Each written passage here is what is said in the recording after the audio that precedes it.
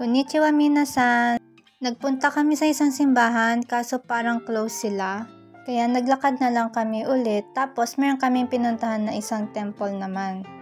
Dito sa Japan guys, napakatahimik ng paligid. Kahit saan ka man magpunta, walang mga tao, walang naglalaro. Ibang-iba talaga sa Pinas. We will go to... This is cemetery. And this one is the birthday girl. We will go outside.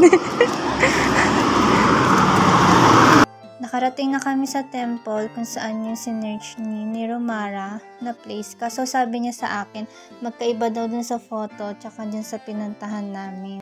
Kaya ang ending, hindi rin siya nakapag-pray.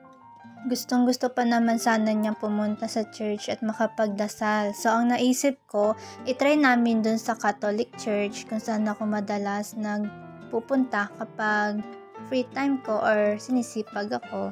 Nakikita niyo ba yan guys? Yan yung Roman Catholic ng Japan. We will go there. Our church. With Niramara. Okay, this is Niramara-san and this is my Roman Catholic. Sabi ni Google Map, nandito na kami sa Matsugamin Catholic Church kung saan ako madalas magpunta para magdasal kahit sa labas lang. Okay, go! Go, Niramara-san! Let's go!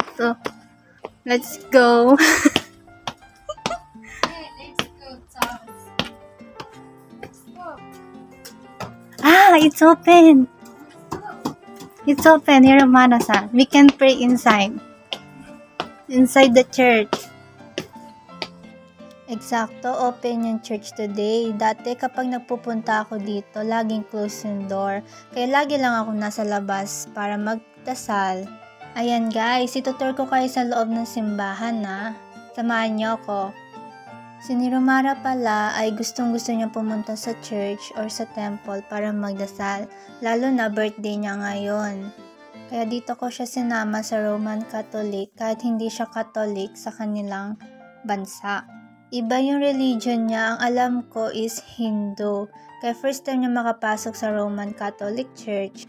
Kumuha ako ng isang copy niyan, tsaka binigyan ko din si Romara para meron kaming copy ng schedule kung kailan yung mass nila dito.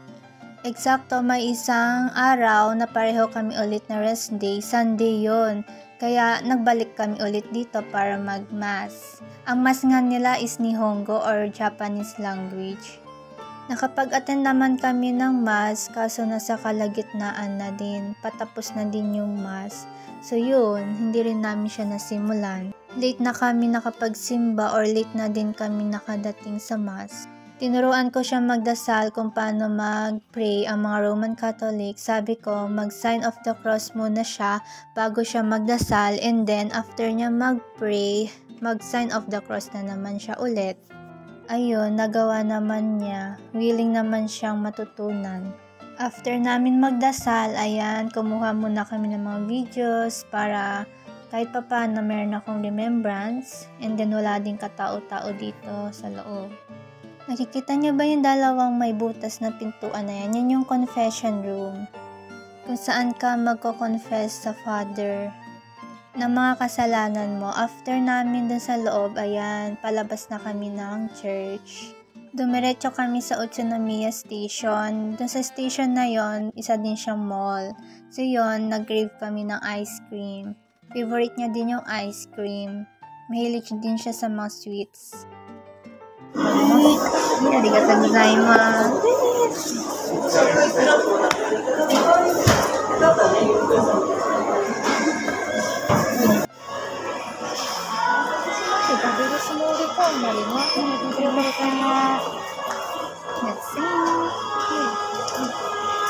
After namin kumain ng ice cream, nag-milk tea naman kami.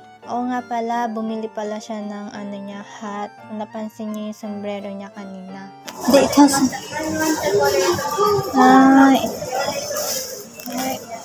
Okay. Nung nakabili na kami ng milk tea, pumunta kami doon sa may park ng Utsunomiya Station. Nagkwentuhan ng kung ano-ano, tapos nagpicture-picture din. Tapos, umuwi na kami. And after namin umuwi, naggrocery muna kaming pareho sa trial dahil malapit din ang apartment niya sa apartment ko. Nagpunta din ako sa apartment niya that time kasi may need akong ipa-help sa kanya i-print out sa 7-Eleven. Requirement yun para sa exam kinabukasan pero hindi rin namin siya nagawa. So, yun, wala din pero hindi na rin siya need kinabukasan. So, abangan nyo yun guys. Okay. Here.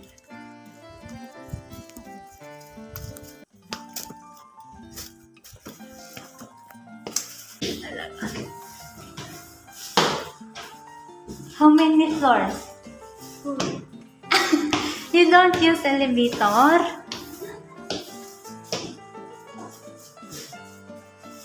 So you got sexy.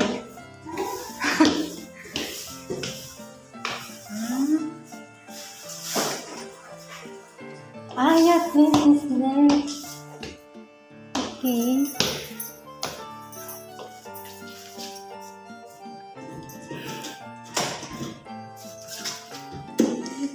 Dahil hindi namin na-print yung kailangan namin kinabukasan, sabi ko, kain kami sa labas sa Joyful. And then yun, bye! Thanks for watching! Matane!